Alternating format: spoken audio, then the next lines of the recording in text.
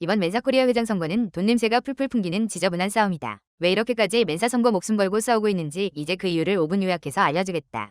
멘사 상표를 독점하고 있는 어느 한 출판사가 있다. 그 출판사는 멘사 스도쿠, 멘사 퍼즐게임 등 멘사 상표를 사용하여 출판사를 운영하고 있다. 이 출판사는 업계에서 엄청 잘 나갈 수밖에 없다. 멘사 상표를 독점해서 쓰고 있으니 땅에 발을 딛고 헤엄을 치는 꼴이다. 쉽게 계산해서 1권의 책 1만 원이라 치면 10만 부면 10억 원의 매출을 얻을 수 있다. 이 출판사의 책들 대부분 IQ148, 멘사라는 이름을 달고 10만 부 이상씩 팔려나가는 것이다.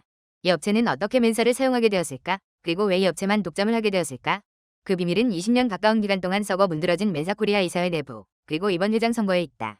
첫 번째, 한국에서 멘사 상표 독점. 멘사 상표 브랜드는 국제 멘사가 가지고 있다. 하지만 그렇다고 해서 국제 멘사에서 멘사 상표를 아예 못 쓰게 하는 건 아니다. 그런데 한국에서 2000년대 중반부터 상표 브랜드를 독점하는 애들이 있었다. 그게 보누스, 루츠템이다. 루츠템 같은 경우 매년 10억 넘게 매출을 올리고 있고 영업이익으로 매년 1억씩 가져가는 우량한 회사다. 그리고 보누스는 출판사를 해서 아예 홍대에 건물을 세워버렸다. 구글, 네이버 지도 검색하면 나온다. 멘사코리아가 돈이 없어서 뒤져라 허덕이고 있을 때 상표를 독점한 얘들이 돈을 벌고 있었던 거다.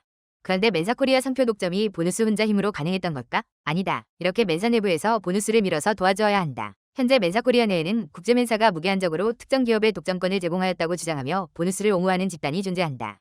그런데 과연 국제멘사에서 듣도 보도 못한 어느 특정 기업의 독점을 시켜준다?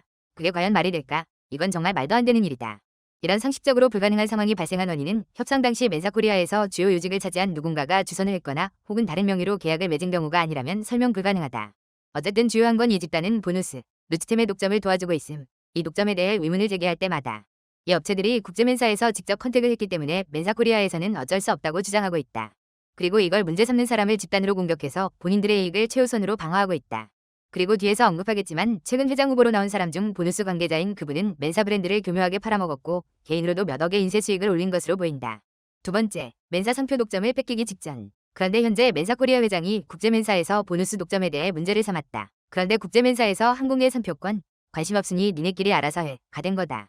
그래서 그동안 국제멘사 핑계대면서 상표권을 독점했었는데 이제 그 논리가 깨지게 되었다. 그래서 지금 이 집단이 난리가 났다. 세 번째, 보누스의 심장, 오정환 회장 후보. 오정환 멘사는 2000년대 중반부터 지금까지 퍼즐위원장을 20년 동안 장기 집권하고 있다. 이 사람이 한 일은 퍼즐위원장을 하면서 멘사 내에서 상표, 출판, 판권 이야기가 나오는 경우, 즉 보누스 독점에 문제가 발생할 수 있을 만한 상황이 되면 이사회 출동해서 차단을 하는 역할을 했다. 그리고 보누스에서 정말 열심히 책을 냈다. 네 번째, IQ148과 퍼즐위원장을 이용해서 개인 수익 얻음. 예스24에 들어가서 보누스를 검색하면 멘사 책들이 막 나온다. 그중 스도쿠 책에 들어가면 오정환 씨가 IQ148을 위한 슈퍼 스도쿠 책의 저자로 되어 있다. 일단 오정환 씨가 저자로 되어 있는 책 중에 10만 권 넘게 팔린 책 2권이 있고 일반적인 인쇄가 10%인 것을 감안했을 때 개당 8천만 원 이상은 올린 것으로 추정.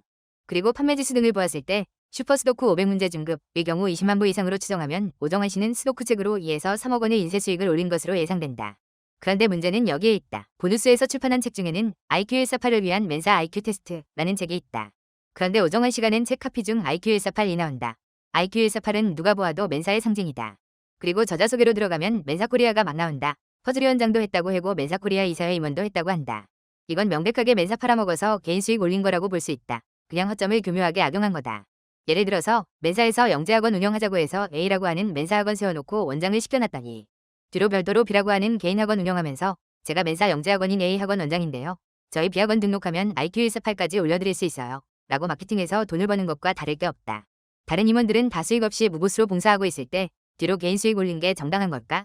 아마 오정환 씨 스스로도 정당하지 못하다는 거 알 거다. 후보 선거물만 봐도 본인이 스도쿠 책에 IQ148 언급해가면서 책으로 몇 억 벌었다는 이야기도 없다.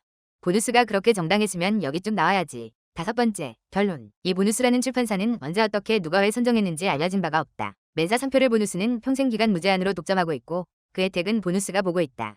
그럼 이 보누스가 누구 거냐? 그건 아무도 모른다. 근데 확실한 건 멘사 내부에서 도와주는 집단이 분명히 있다.